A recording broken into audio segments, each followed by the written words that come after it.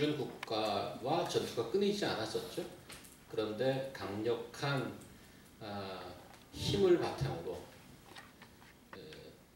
어떤 나라도 잠재워 버렸습니다.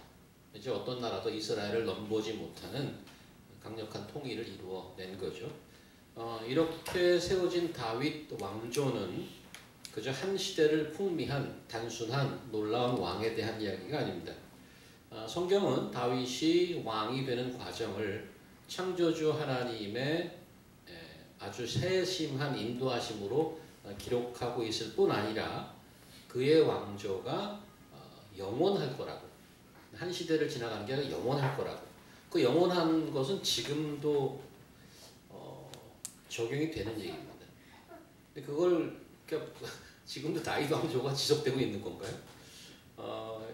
이게 엄청난 약속이면서 무모하고 황당하게 들리기까지 하는 그런 약속을 해줍니다. 마치 하나님이 계약서를 놓고 먼저 도장을 딱 찍는 것처럼 말이죠. 그 말이 하나님의 그런 약속이 사실이라면 이제 앞으로 그 다윗 왕조, 다윗 왕을 비롯해서 그 왕조는 꽃길만, 소위 꽃길만 걸을 것만 남았습니다. 그런데 정말 꽃길만 걷고 있는 것인가?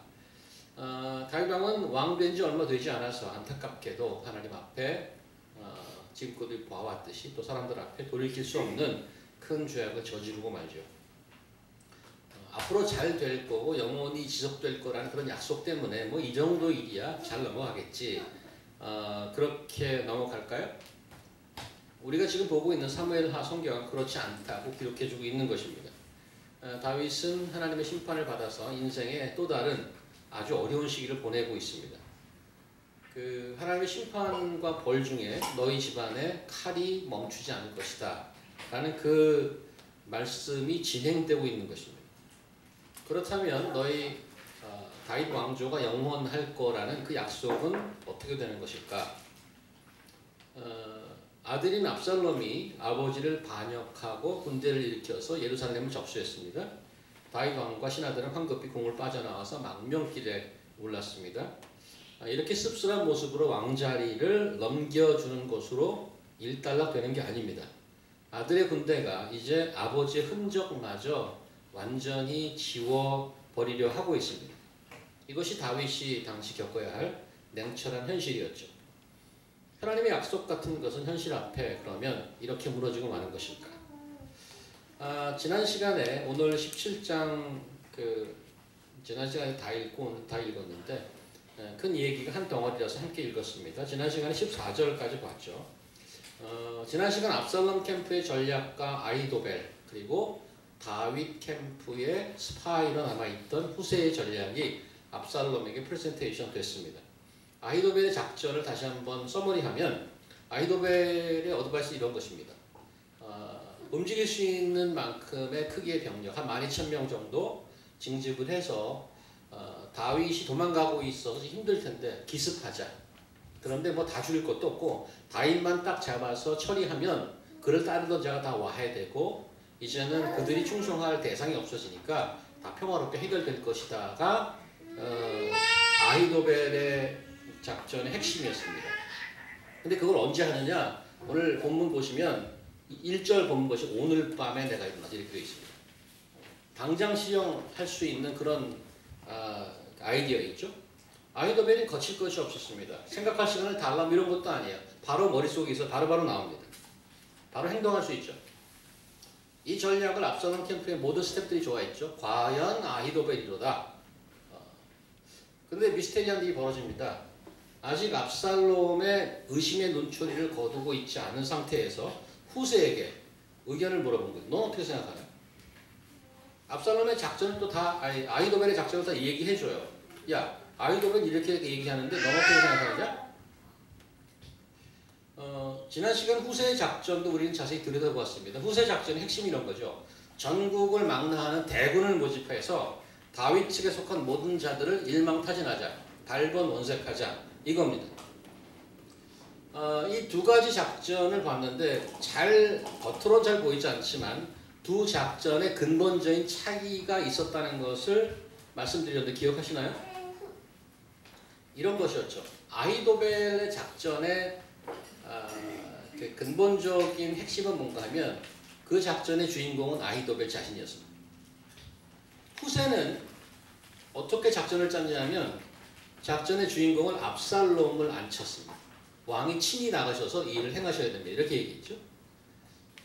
이게 그 두 어드바이저들의 근본적인 차이점인데 차이이기도 하지만 사실은 공통점이기도 합니다. 어떤 점에서 공통점인가 하면 아히도벨이나 압살롬이나 근본적인 생각은 뭔가 하면 I want to build my own kingdom. 자기 자신의 왕국을 만들겠다는 뿌리 깊은 꿈이 있었던 거죠. 또 생각해보면 이러한 경향, 이러한 성향은 두 사람이 비슷한 이런 성향은 오늘날에도 계속되고 있다는 거죠. 성경은 그런 점에서 모든 사람이 죄인이라고 얘기하는 것입니다. Everybody wants his or her own kingdom. 너무나 자연스러운 현상이고 누구나 꿈꾸고 있는 거죠. 다 자기의 꿈이 있으니까. 뭐 여러분 개인적으로 관심이 있을 수도 있고 아니면 미디어를 통해서 들었을 수도 있는데 한국 역사에 어떤 일이 지금 벌어지고 있죠? 뉴욕에 BTS가 왔습니다. 방탄소년단이라고. 그 호산나 형제 아직 아이돌 체이서인가요? 그죠? 애가 둘인데 무슨 제가 언제까지 아이돌을 그런 적이 있었나요? 무슨 뭐 슈퍼주니어라든가 뭐 슈퍼주니어 또 뭐 있나요? 뭐 H.O.T인가? 너무 뒤로 가셨어요. 정연자면은 누구 팬이었나요? G.O.D. G.O.D는 아직도 살아 있어요. 한 40대쯤 됐죠, 그 아저씨들은 지금은. 그래도 아직 뭐 인기 짱이더라고요. 한국 역사에 이런 연인이 있었나 몰라요. 월드 투어. 뭐 투어를 해도 뭐 아시아 쪽에 그냥 반짝했죠. 박진영 씨가 했던 원더걸스인가요? 미국에 와서 해보려고 애를 많이 썼는데 결국은 철수했죠. 잘 안 돼서. 근데 BTS는 뭐 어떤 실내 조그만 게 아니에요. 완전히 그 스테디움에 모아놓고 합니다. 이렇게 보실래요? 이게 아니고 이렇게 이렇게 지금 시티 투어, 시티 필드를 꽉 채우고 그 다음에 하나 더 보여줄까요? 조금 있다가. 근데 이 사람들은 그 비틀즈나 마이클 잭슨 정도의 위상으로 히스토릭 피겨나 가능한 스테디움 콘서트 한단 말이에요. 실내가 아니고. 게다가 매회 매진. 저희 회사에 30대 접어든 여직원이 있는데 자기는 창피해서 말도 못하는데 자기 팬이에요 그래요. 그래서 그 콘서트를 가려면 그 BTS 특수 봉이 있어요. 불 켜진 봉이 있는데 그 봉이 보니까 뭐 다 중국에서 만들었죠. 50불이에요. 봉 하나 50불. 근데 그 봉이 하이테크 봉이에요. 이렇게 키면은 불이 여러 가지가 나오는데 제가 직접 봤어요. 해봤어요. 그 스위치를 내리면 거기 밑에 있는 와이파이랑 연결되게 돼 있어요. 블루투스랑. 그러면 자기 그 전화기랑 연결돼요 그게. 근데 그 전화기 정보를 그 주최 측이 다 갖고 있어. 그래서 주최 측에서 이 불을 컨트롤할 수 있어요. 자기가 하는 게 아니고. 그래서 이렇게 흔들고 있으면 블루투스로 내려는 흔들고 있으면 그 빨간색 파란색만 나오는 거예요. 그러니 스스로 이게 하면서 놀라는 거죠. 와, 저는 좀 돌리면 내가 정말 닭살이 돋아요. 막 내가 거기 있는 것처럼. 그 정도로 요즘은 하이텍이에요. 엄청나죠. 그럼 나한테 그러죠. 좋죠 그러는 거야. 그래서 나 놀랬어요. 요즘은 하이텍이구나. 그렇게 요즘은 놀아요. 그렇게. 근데 이들의 월투어 그 타이틀이 있어요. 타이틀 혹시 아세요? 그 캐치프레이즈가 있어요. 가면서 그들의 팀이 있어요. 주의 에스더님 아십니까? 에스더님은 또 아주 세대가 좀 지났죠. 그래도 좋아하는 분이 이병헌 아직도 좋아하고 뭐 그렇죠. 잘생긴 사람 좋아요. 그래서 뭐 저랑 결혼했겠지만.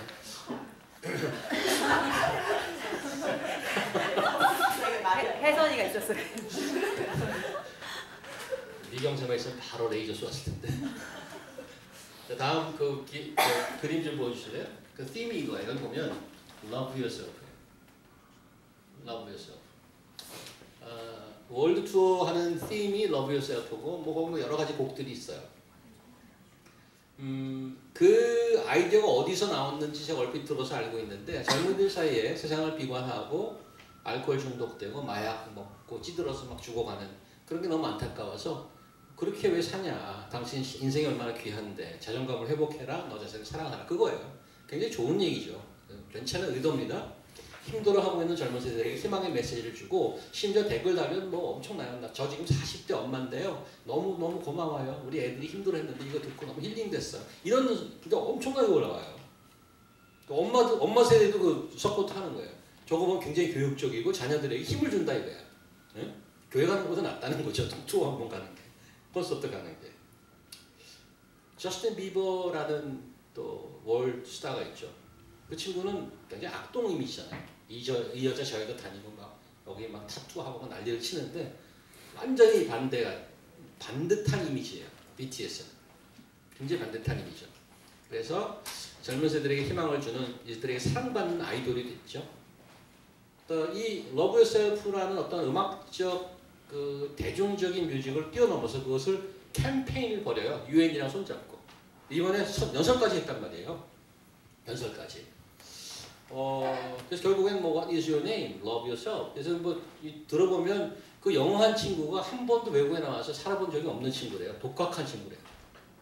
뭐 RM인가? 뭐죠? 뭐의 앞서요? 랩몬. 예? 랩몬스터. 랩몬스터. 아, Red Monster. 그게 빨간 엄마인가? 그 친구가 굉장히 노력하는 노력형이죠. 그 정도 영어 하면은 해외에 나오지 않은 친구가.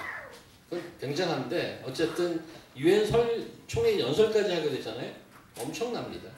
그리고 그분들의 팬들도 자기들 이름이 있어요. 팬은 이름이 타이틀이 아미예요. 아미.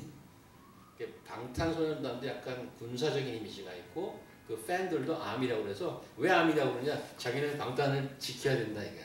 지켜야 된다. 그냥 넋놓고 따라가는 게 아니에요. 팬들이 굉장히 목소리를 내요. 얼마 전에 그 가사 작업을 협업한 일본 분과 협업을 했는데 그분이 굉장히 뭐 레이시스트라고 그랬나 우익파라고 그랬나 뭐 그런 사람이에요. 그래서 저 사람과 협업하지 마라 하고 아미가 요청을 했어요.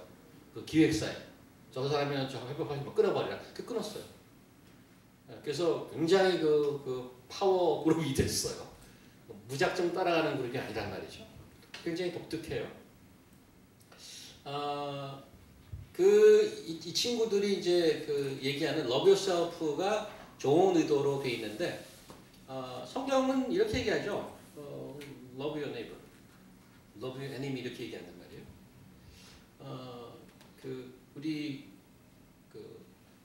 GCC의 한국 회원 중에 서민우 형제가 있는데 서민우 형제 딸인 수인이가 BTS의 열광 팬입니다. 그래서 저는 수인이가 제 설교를 듣지 않았으면 좋겠어요. 나를 혹시 싫어할까봐. 어떻게 이 BTS를 무슨 얘기를 하고 싶은가 하면 성경에는 그 BTS 사진 하나 더 보여주세요. 어느 정도 사진 하나 더 보고 넘어가죠. 이거 뭔가 하면 일주일 전에 여기 시티필드 앞에 텐트 친 거예요.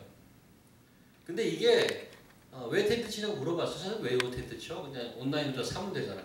근데 텐트 치는 이유는 그날 그 걔네들 아이템이 오픈된대요.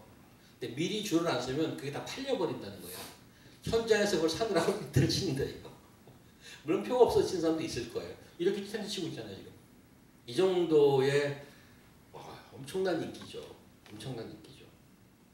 자, 그럼 이건 여기서 하고 그런데 이제 성경은 이렇게 얘기하죠. 무엇이든지 남에게 대접받고자 하는 대로 너희도 남을 대접하라. 그 마태복음을 한번 볼까요? 자, 이렇게 나와 있습니다. 그러므로 무엇이든지 남에게 대접을 받고자 하는 대로 너희도 남을 대접하라. 이것이 율법이요 선지자라고 그랬어요. 율법과 선지자는 이디엄이에요. 구약 전체 성경을 율법과 선지자라고 그래요. 이게 이 당시 말로 바꾸면 이게 성경의 서머리야 이렇게 얘기하는 거예요. 영어로 이렇게 돼 있죠. Do to others as you would them do to you. 남에게 대접을 받고 싶어? 똑같이 그렇게 해. love yourself랑 love your enemy, love your neighbor 이 말의 근본적인 차이는 뭔가 하면 what is the center? 관심사의 중심이 어디 있느냐가 근본적인 다른 거예요. 잘 아시는 그 리디머 교회의 팀 켈러 목사님이 책을 많이 쓰셨는데 우리 교회에서도 그 리딩으로 한번 했던 책이 있는데 이런 책입니다. Counterfeit Gods. 가짜 신인데 이렇게 번역했어요. 내가 만든 신 이렇게 번역을 했는데 이 책에 이런 얘기가 나오죠. 우상이란 무엇인가? 우상은 무슨 뭐 동상 앞에 절하고 무슨 뭐 향 피우고 이런 것도 일부 있지만 근본적으로 우상이 뭔가 하면 좋은 거, 굿띵의 목표를 두고 거기에 스테이하는 거란 말이에요. 그래서 좀 의아하죠. 이게 무슨 말이 그게 왜 우상인가? 굿띵, 좋은 것, 좋은 것을 추구하고 그것을 성취하고 거기에 satisfy 하는 거래요. Whereas 그 위에 best가 있음에도 불구하고 우상이 나쁜 게 아니란 말이에요. 건강, 지위, 봉사, 명예 이런 것을 추구하는 게 나쁜 건가요? 나쁜 게 아니거든요. 근데 성경에 얘기하는 그 위에 best가 있다는 거예요. best. 그 best는 까지는 안 보고 난 여기서 머무를 거야. That is good thing. It's not bad. Pretty good. 근데 원래는 여기까지 올라오라는 거죠. 여기까지 안 올라오기 때문에 그게 이 자리를 차지하고 앉아 있는 거죠. 그걸 가지고 우상이라고 정의했어요. 이 얘기를 계속하려면 뭐 3박 4일 또 수련회 가야 되지만 지금 문화는 BTS의 한 문화의 단면이라고 본다면 Love Yourself 운동이 벌어지고 있는 것입니다. 그 의도와 의미들을 이해합니다. 하지만 여러분께서 지금 성경에서 내왔던 Love Your Neighbor, Do to others as you them to you 이것과 어떤 차이가 있는지를 생각하면 좋을 것 같아요. 다윗이 거기서 실패했습니다. 이웃을 사랑하지 못했죠. 자기 스스로를 생각하는 것만큼 이웃을 생각하지 못했고 권력을 이용해서 사람을 죽이고도 아무런 감정이 없어 아무렇지도 않다고 생각했어. 그리고 왕노릇 했단 말이에요. 그렇게 처리하고 나서 일을. 다윗만 그런가요? 지금 아히도벨과 압살롬을 보고 있어요. 그들의 공통점이 조금 전에 뭐라고 그랬습니까? 그들이 갖고 있는 공통점은 자기 왕국을 짓는 것이었습니다. 내 칼에 피 묻히는 거 I don't care. 그리고 자기 왕국을 짓는 거예요. 어제 토요 큐티 시간에 에레미야서를 봤습니다. 에레미야서는 유다 왕국의 마지막 멸망할 시기에 에레미야 선지를 통한 하나님의 경고였습니다. 잠깐 한번 가볼까요? 그때 어떤 구절이 있었던지 혜영자매 한번 읽어주시죠. 여호와께서 이와 같이 말씀하시되 너희가 정의와 공의를 행하여 탈취하는 자를 압박하는 자의 손에서 건지고 이방인과 고아와 과부를 압제하거나 학대하지 말며 이곳에서 무죄한 피를 흘리지 말라. 너희가 참으로 이 말을 준행하면 다윗의 왕이 앉을 왕들과 신하들과 백성이 병거와 말을 타고 이 진영으로 들어오게 되리라. 그러나 너희가 이 말을 듣지 아니하면 내가 나를 두고 맹세하노니 이 집이 한패하리라 여호와의 말씀입니다. 우리 그 사무엘 하를 보면서 다윗 왕조 얘기를 하잖아요. 여기 지금 에레미야서도 다윗 왕좌에 앉을 왕들 신하들 이게 다윗 왕조 얘기죠, 그죠? 이 왕조가 잘 되고 못 되고에 관해서 얘기하고 있어요. 당시에 아시리아를 물리치고 당시 열강에도 아시리아를 물리치고 메소포타미아에서부터 세력을 확장하고 있는 바빌로니아 제국이 있었어요. 서진하면서 팔레스타인까지 왔죠. 유다까지 온 거예요. 그래서 이제 바빌로니아가 쳐들어오는데 문제점은 이렇게 보는 거예요. 근데 이거는 그냥 보기에는 미디어나 일반인이 보기에는 이건 군사 문제, 국방 문제, 외교 문제 이런 겁니다. 그게 해결책이죠. 하나님의 문제를 그렇게 보지 않아요. 국방, 외교, 군사 문제를 해결하지 않고 이게 문제라고 얘기해요. 뭐라고 얘기하냐면 내부적인 문제래요. 정의와 공의가 무너지고 약한 고아와 과부를 돌보지 않는 것이 나라가 망하는 원인이라고 보고 있단 말이죠. 유대 지도자를 어떻게 보고 있는가 이거를 이 문제를 21장 한번 보실까요? 유대 지도자들도 문제가 있다는 걸 알고 있어요. 호산나 형제. 여호와께로부터 예레미야에게 말씀이 임하니라. 시드기야 왕이 말기야의 아들 바수가 제사장 마야세야의 아들 스마냐를 예레미야에게 보내니라. 바벨론의 느부갓네살 왕이 우리를 치니 청컨대 너는 우리를 위하여 여호와께 간구하라. 여호와께서 혹시 그의 모든 기적으로 우리를 보호하시면 그가 우리를 떠나니라 하니. Not bad. 어떤 점에서 조금 전에 말씀하셨지만 일반적으로 세큘러한 나라는 다른 나라가 쳐들어오면 군사, 정치, 외교 이런 걸 해결하려고 그래요. 그래서 이스라엘도 그런 경험이 있죠. 딴 데서 쳐들어오면 애국으로 가고 좀 도와줘. 딴 나라랑 손을 잡으려고 하잖아요. 근데 특별히 이 시드기야 왕은 굉장히 신앙적이에요. 사람을 보내서 당대의 그 선지자였던 에레미야를 찾아갖고 기도해달라고 부탁하는 거잖아요. 괜찮지 않나요? 신앙적으로 해결하려고 그랬어요. 나라의 위해가 닥쳤을 때 선지자의 기도를 요청하는 것. 하나님은 어떻게 봤다고요? 아까? 고아와 과부를 도와주래.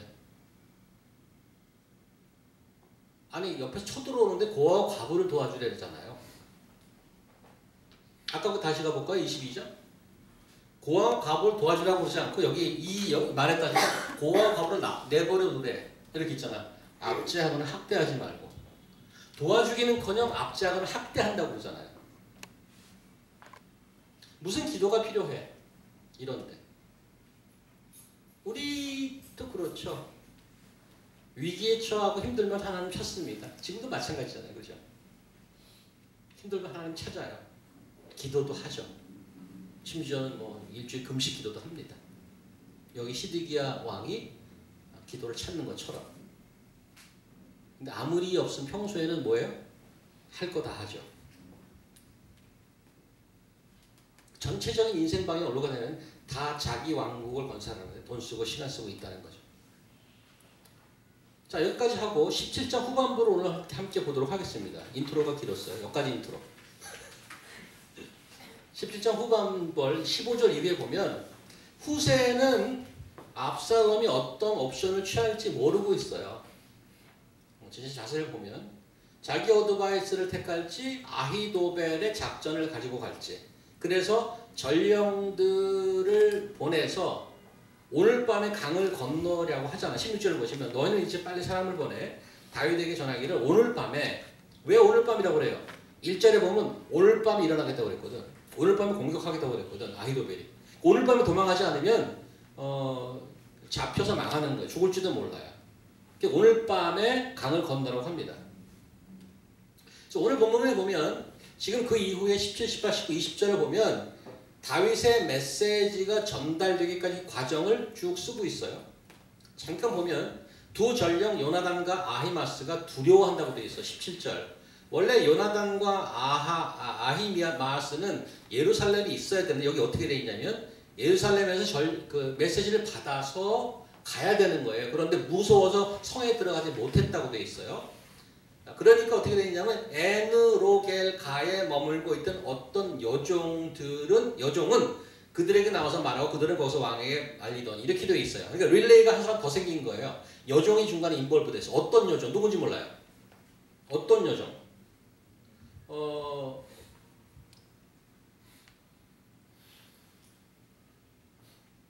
그런데 이제 그 18절에 보니까 한 청년이 그들을 보고 압살롬에게 알린지라.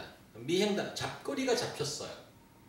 압살롬의 정보원들이 따라붙은 거예요. 꼬리가 잡혔어요. 근데 그걸 알았어. 또 이 사람들이 미행당하는 걸 알아서 그 두 사람이 빨리 달려 바후림 어떤 사람의 집으로 들어가서 그들 안에 우물 속에 들어가니 얼마나 급했는지. 계속 그 다윗이 있는 쪽으로 간다면 잡힐 거라고 생각한 거죠. 잡히는 게 뻔하. 그래서 중간에 숨어버렸어요. 근데 어디 있다고 그래? 바후림이래. 바후림. 바후림이라는 말에 좀 도움말을 좀 드려야 되는데 16장 한 5절 가볼까? 16장 5절. 사무엘 16장 5절. 기라현재. 다윗과 하는 바울의 이름에 거기서 사울의 신족 한 사람이 나오니 게라의 아들이요 이름은 시므이요 그가 나오면서 그곳 거주하여 이건 얼마 전에 봤던 구절이에요. 그 다윗이 나오면서 어떤 사람 욕하고 어떤 사람 도와주고 그랬는데 그 중에서 제일 욕한 사람이에요. 시므이라는 사람. 거기 어디 동네인가 하면 바후림이야, 바후림. 바후림 동네에서 시므이한테 욕 엄청 먹었어요. 돌도 던지고 막 그랬어요. 그 동네란 말이에요. 그리고 사울의 친척, 사울과 굉장히 가까운 사람들이 모여있는 그런 동네예요. 우리나라로 치자면 TK야 말하자면. TK 중에도 반골들이 있어요. 김송봉 이런 사람도 반골이지. TK는 그냥 아무나 올라오면 뭐 한나라당 찍는다 이런 거 아니에요. Not necessarily everyone. 근데 반골이 하나 있었던 것 같아. 여기에 보니까. 그 동네의 그 우물 속에 들어갔는데 거기 보면 뭐라고 돼 있냐면 그 집 여인이 19절. 이 집 여인이 거기다 뚜껑 덮어놓고 신고하면 땡이야 이건. 완전히 그냥 도관에 든 쥐지. 자기가 스스로 들어갔으니까. 그런데 거기에 가져다가 우물아기를 덮고 찌은 곡식을 그 위에 널매 전혀 알지 못하다 이렇게 됐어요. 나중에 이제 20절에 바로 쳐들어왔죠. 야, 걔네들 어디 있어? 여기 일로 들어온 거 봤는데 어디 있어? 그러니까 뭐라고 그러냐면 여인이 그들에게 이르되 그들이 시내를 건너가더라 하니 그들이 찾아도 만나지 못하고 예루살렘으로 돌아가니라. 마치 우리 출애굽기에 그 라합이 스파이들을 숨겨줬던 그 장면이 생각나는. 그렇죠? 어서 오세요. 반갑습니다.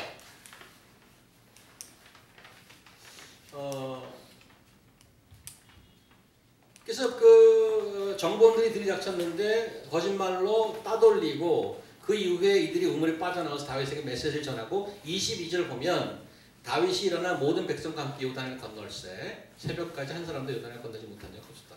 밤새 걷는 거예요. 급하게 그 메시지를 받고 나서 성공적으로 도망간 거죠. 그렇죠? 여기 등장한 인물을 보니까 소품들이나 인물을 보니까 여종이 등장했고 또 우물이 등장하고 여인들이 등장해요. 이 중에 하나라도 잘못되면 잡혔어요. 다윗은 메시지를 기다리고 있다가 따라오는 압살롬의 병력에 잡혔을 가능성이 높죠. 성공적으로 탈출했습니다. 그러고 나서 좀 가슴 짠한 구절이 하나 나오죠. 23절. 아히도벨이 자기 계략이 시행되지 못함을 보고 나귀의 안정을 지우고 일어나 고향으로 돌아가 자기 집에 이르러 집을 정리하고 스스로 목매어 죽음에 그의 조상의 묘에 장사되리라. 아직 상황이 끝나지 않았어요. 근데 아히도벨이 조용히 정리하고 자살을 했단 말이에요. 스스로 목을 맸어요. 왜 목을 맸을까라는 건 설명은 안 하는데 우리가 좀 생각해 볼 필요가 있어. 아히도벨은 상황이 끝나기도 전인데 왜 목을 맸을까?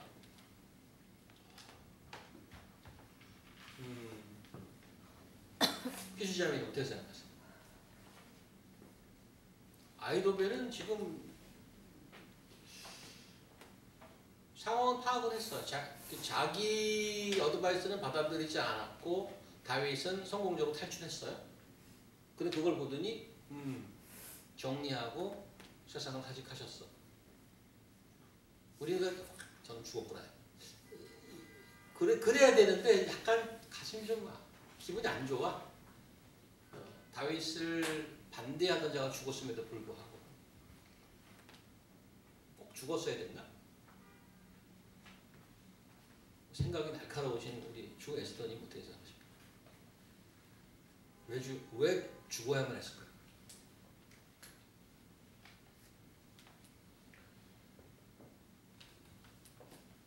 이건 답은 없어요. 뭐 내가 틀리다고 뭐 감점 주고 상 주고 그런 건 아니고 한번 생각해 보라는 거죠. 우리 교회에서 또 생각이 상당히 독특하신 우리 혜선자매님 어떻게 생각하십니까? 독특한 생각의 소리가 들어볼 만합니다. 왜 아히도벨은 스스로 목숨을 끊었을까요?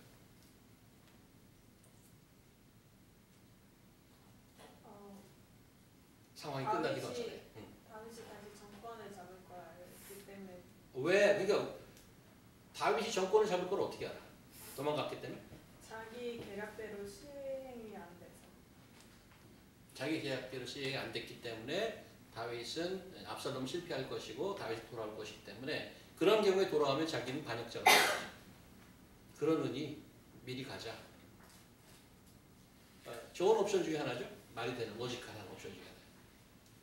한 지붕에 살지만 또 다른 유니크한 생각을 갖고 계신 리나 자매님. 만만치 않게 유니크한 생각을 갖고 계신 리나 자매 생각 어떻습니까? 동의하십니까? 오랜만에? 저도 그냥 유일한 좋은 기회라고 생각했어요. 그 해선자매 얘기하는 것과 거의 비슷한 로직. 정혜자매 어땠어요? 한 줄에 앉아 계신. 잘 모르겠어요. 아, 자, 그렇죠. 기량 원장님 어떠세요? 왜 죽어야만 했을까?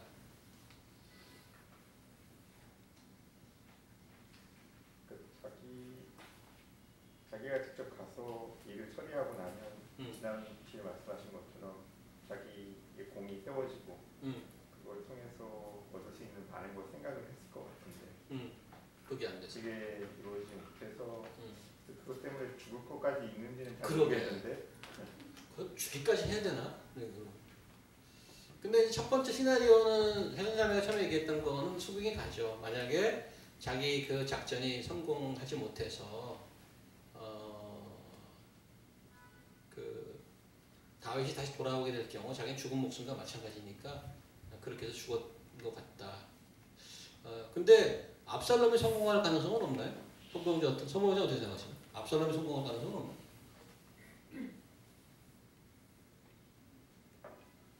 근데 아이돌이 여기서는 아주 뛰어난 지략가로 나와요. 맞아요. 아이도 뛰어난 지략가죠. 근데 압살롬이 자기 뜻을 받아들이지 않았는데 자기 뜻을 행했잖아요. 그렇죠. 근데 그게 실패가 된 거예요. 지금 두 가지 다 일단 압살롬이 자기 뜻을 받아들이지 않는 것도 압살롬이 앞으로 실패할 거라는 그런 감을 잡지 않았을까. 그렇지만 이미 자기가 압살롬이 자기 뜻을 받아들이지 않는다는 잘못된 선택을 하더라도 자기가 다 성공시키면 그건 이제 그 반역이 성공하는 건데 그것까지 실패하는 거죠. 제가 잘 못 알아듣는 것 같아요. 그 워낙 또 심각이 심오하셔갖고 제가 잘 못 알아듣는 것 같아요. 어쨌거나 이거 한번 생각해보라고 여러분이 이 질문을 던진 거예요. 왜? 뭐 이 사람 죽은 게 무슨 큰 대단한 거냐? 근데 상황에 저 생각은 이래요. 뭐 다 동의하실 건 없고 여기 뭐 성경에 나온 건 아니에요. 첫 번째 시나리오는 해선자매 그 로직이 맞다고 생각해요. 근데 그 로직에 또 하나 숨겨진 거는 뭔가 하면 그 아히도벨의 자존심이라는 생각이 들어요. 자기의 생각을 자기의 생각이 선택되지 않은 적이 없는 거예요. 선택되지 않은 적이 없어. 처음으로 자기의 의견이 선택되지 않았어요. 근데 그거를 견디지 못하는 거죠. 여러분들 그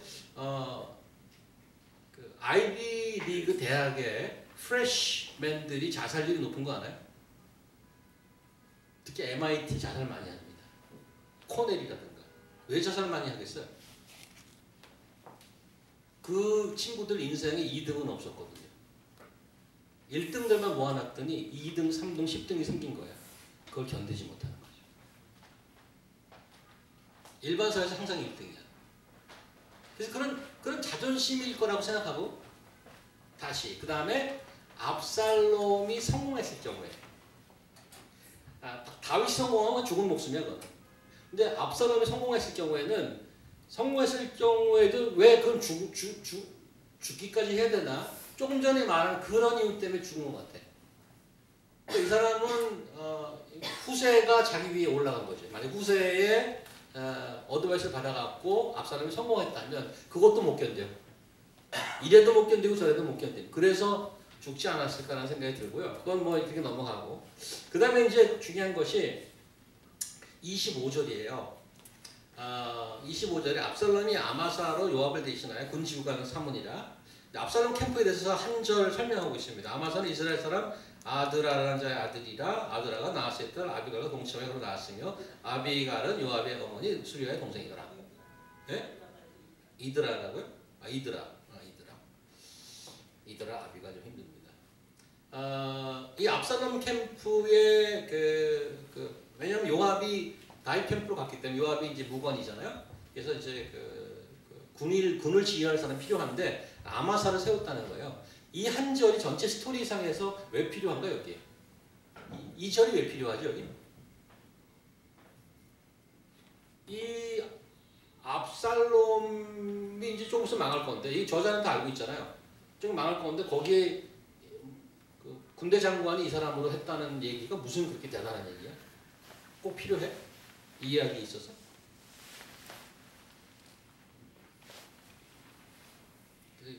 나만 생각하고 있는 걸 여러분에게 캐내려고 그러니까 참 주목사 생각하나 마치죠. 이건 주석에도 없더라고요. 그래서 내가 그냥 생각해봤어요. 그래서 여러분 생각은 어떤가 궁금해서 그래요. 근데 관계는 지금 파악이 됩니까? 굉장히 복잡해요. 도대체 무슨 관계인가? 일단은 요압도 다윗과 사춘 정도 돼요. 근데 여기 보니까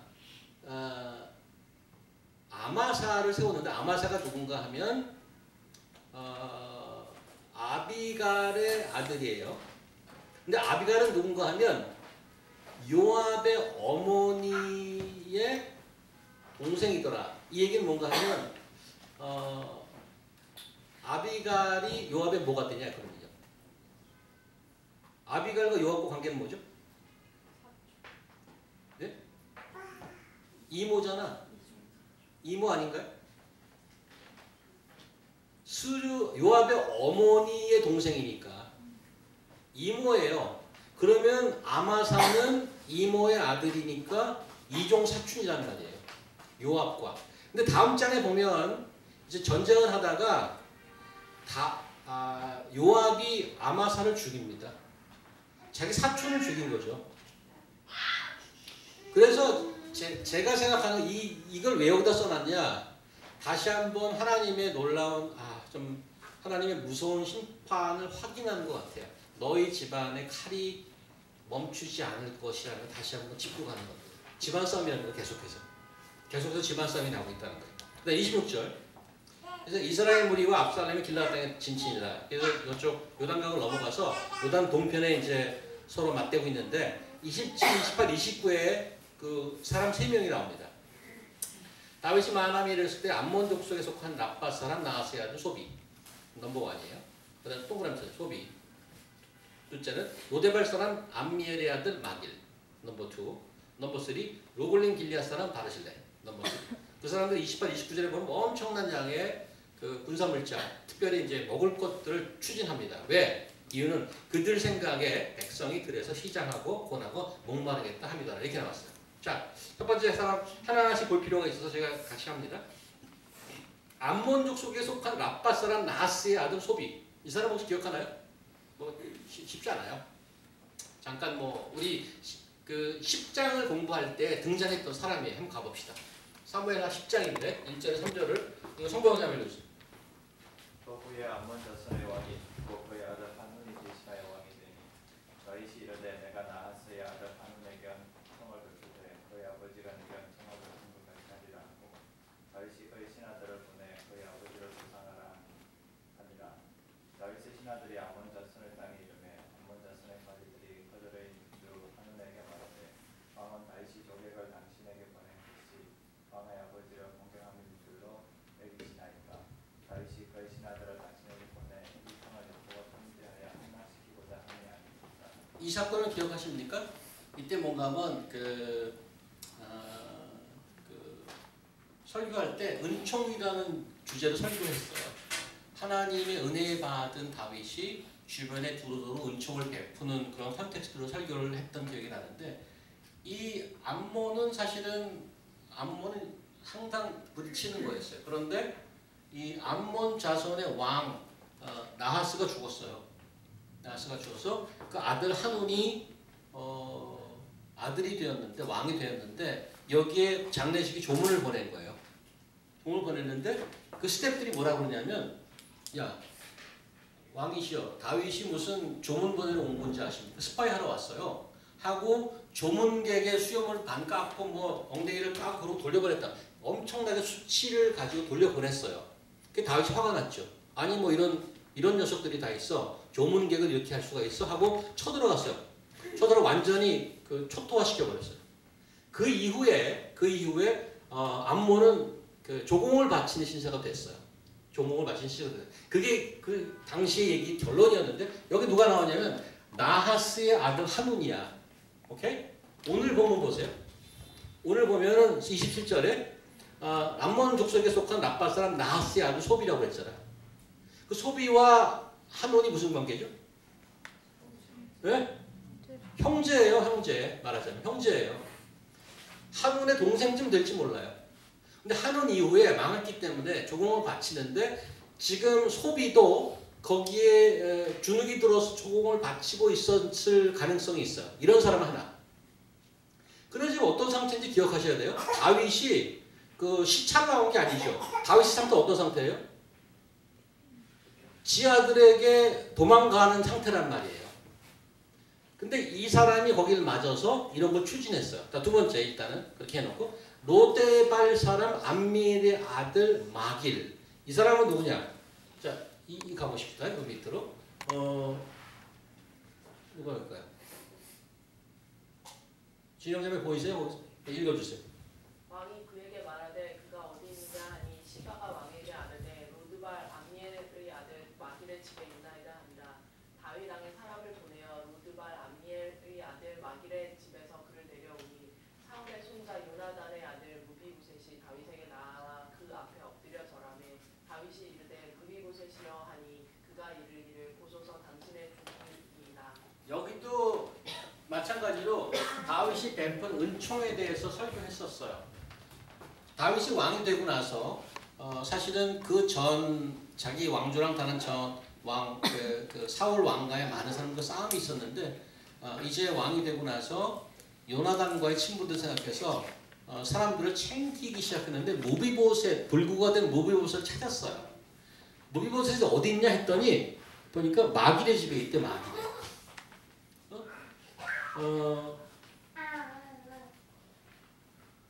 마길의 집에 있다는 거예요. 그래서 여기 보니까 오늘 뭐라고 돼 있어요?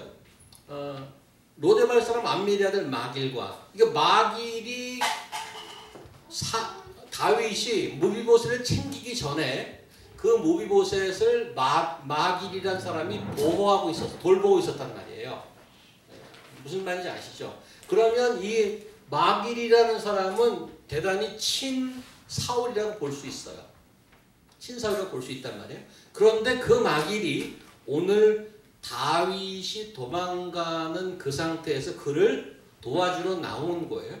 두 번째 인물. 세 번째 인물 로르길 사람 바스리를 19장 하고 싶죠. 19장 봅시다. 인서병님. 길앗 사람 바르실레가 왕이 요단을 건너가게 하려고 로글림에서 내려와 함께 요단에 이르니 바르실레는 매우 늙어 나이가 80세라. 그는 큰 부자이므로 왕이 마하나임에 머물 때 그 왕을 공개하였다. 이거는 나중에 19장인데 나중에 가는 건데 상황이 다 끝나고 이제 그 예루살렘으로 돌아오는 길에 조금 전에 보셨지만 이 바르실레라는 사람이 공개는 이제 도와줬다는 건데 바르실레라는 사람이 도와줬기 때문에 이제 예루살렘으로 같이 가자고 권유했어요. 쭉 읽어보면 이제 그때 도와줘서 고맙소. 내가 이제 예루살렘 돌아와서 다시 왕자리를 가는데 이제 예루살렘에서 같이 살면서 거기서 리타이어 하세요. 이렇게 제안을 했어요. 바르실레라는 사람한테. 바르실레가 그때 아유 저 가면 짐 됩니다. 그냥 가서 정치 잘 하세요. 안녕히 가세요. 그러고 그냥 보냈단 말이에요.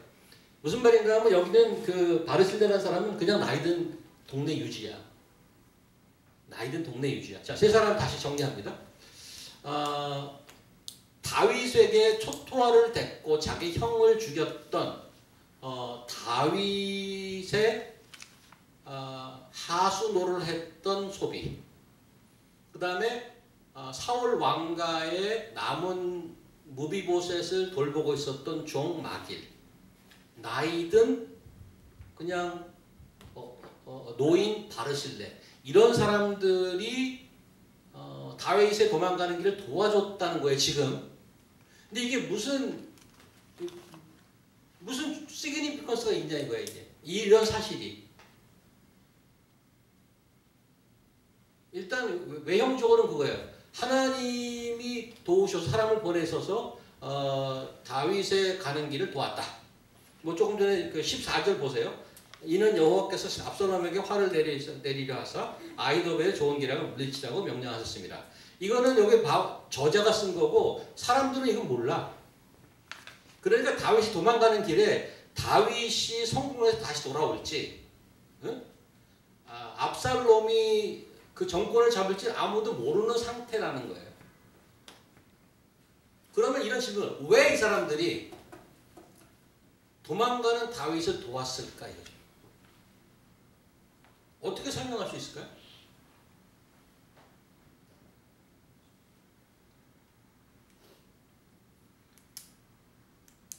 왜 도왔을까? 그냥 불쌍해서? 사람들이 괜찮아서?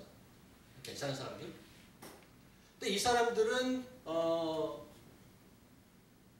그냥 일반적인 이유로 생각하면 오히려 다윗에게 반대표를 던지는 게 더 자연스러운 사람일 수도 있어요. 도울 이유가 별로 없어요. 조금 전에 설명드렸지만.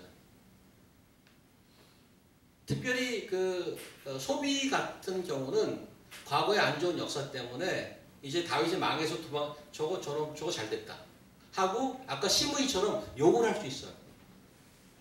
충분히 그럴 가능성이 있죠. 마길도 마찬가지야. 아 이제 저게 망했구나. 우리 그때 무비보셋도 같이 안 갔다고 그랬잖아요. 자기가 돌보고 있는데 무비보셋도 버리고 도망가는구나. 이렇게 생각할 수 있죠. 그리고 나이 들면 귀찮거든요. 만사. 나이 80인데 뭘 돕고 그래요. 누가 도망가는 것보다. 그런 사람은 또 왕이 바뀌도 한번 상관도 안 해요. 자기가 먹고 살면 땡이거든. 내일 모레 죽는데 무슨 뭐. 왜 도망하는 망명가는 다윗의 길에 이 사람들이 나와서 도움을 줬을까? 그 도움 주는 것을 성경은 왜 기록하고 있을까? 이런 거죠.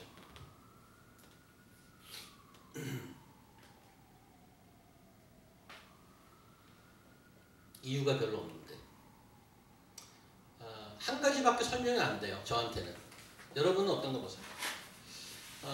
이들은 마음이 좋아서 뭐 괜찮은 사람이라서 도왔다고 얘기하기는 논리가 좀 약해요. 왜냐하면 이분들이 이 세 파트 이 사람들이 하고 있는 일은 당시 상황으로 봐서는 엄청난 위험한 일이에요. 왜냐하면 압살롬이 쫓고 있는데 압살롬은 쫓는 이유는 뭔가 하면 다윗의 존재를 완전히 흔적을 없애버리려고 그래요.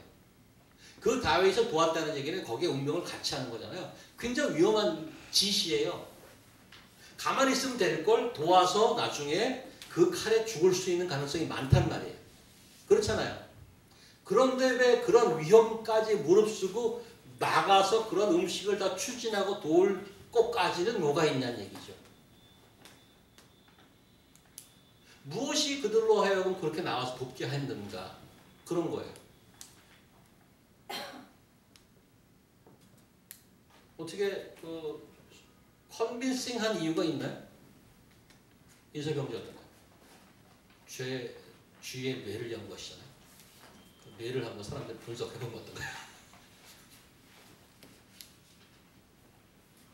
어떤 이유로 이 사람들이 나와서 도울까? 다시 말하지만 14절에 이런 말은 그 당시 사람도 몰라요. 저자는 알고 있는 거지 나중에. 이 사람들이 하나님이 다 도와서 다윗이 이길 거야. 지금 좀 도와주지 뭐. 이게 아니란 말이에요. 어떻게 될지 모르고 도와주는 거예요. How can you explain that? Their behavior.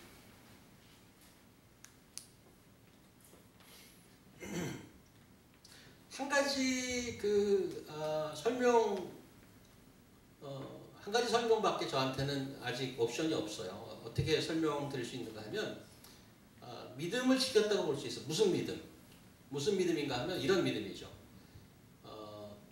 이스라엘은 다윗 왕조에 의해서 유지될 것이고 아까 처음에 사무엘하 7장에 나오는 다윗 왕조는 영원히 지속될 거라는 그런 믿음. 그 믿음이 뭘 넘어서고 있는가 하면 나는 그 압살롬이 그 다윗을 치고 성공해서 구테타에 성공할지도 모른다는 그런 위험성을 뛰어넘는 믿음이란 말이죠. 그거 위에는 설명할 수 없어요. 다른 인간적인 이유는 다 떨어져. 근데 지금 이런 설명을 통해서 저를 투영해 봤어요. 내가 어떤 리스크를 안고 내가 갖고 있다는 믿음을 지켜낸 적이 있나 이런 생각이에요. 그런 위험이 있지도 않았죠.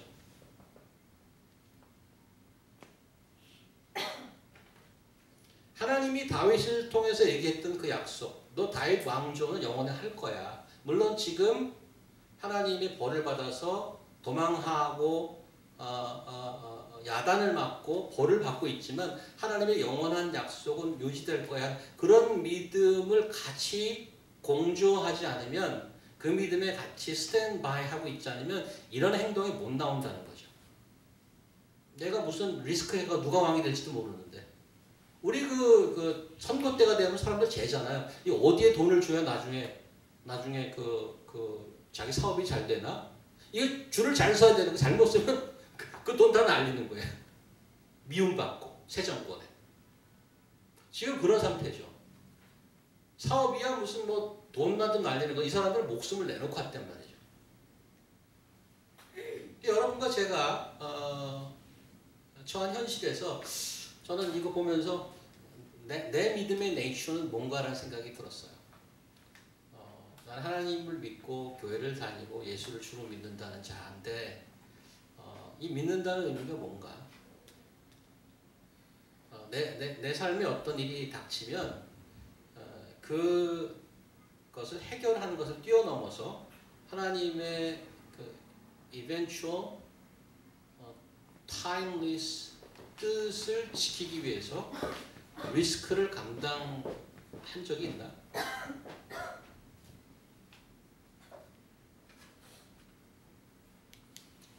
여러분과 제가 좀 더 생각해 볼 문제라고 생각해요. 그래서 다윗이 도망하면서 이 사람 저 사람 많은 사람을 만났는데, 그 군상들을 통해서 하나님께서 또 그 백성들에게 이 말씀을 통해서 도전하고 하고자 하는 그 메시지들이 이렇게 있습니다. 아까도 말했지만 지금 모두 다 자기 왕국을 다 짓는 것이 세상의 목표입니다. 나쁜 건 아니에요. 뭐 은행을 털자, 무슨 마약을 하자 이런 것도 아니에요. 잘 건강하게 잘 살아서 공부도 열심히 하고 성공을 해서 다른 사람을 돕고 뭐 이런 좋은 뜻들을 갖고 있어요. 그것을 뛰어넘어서 하나님을 섬기고 내 신앙을 지킨다는 것이 나의 왕국에 리스크가 오면 나는 그 믿음을 지켜낼 수 있을까? 이런 생각을 한번 해봅니다. 기도할게요. 하나님,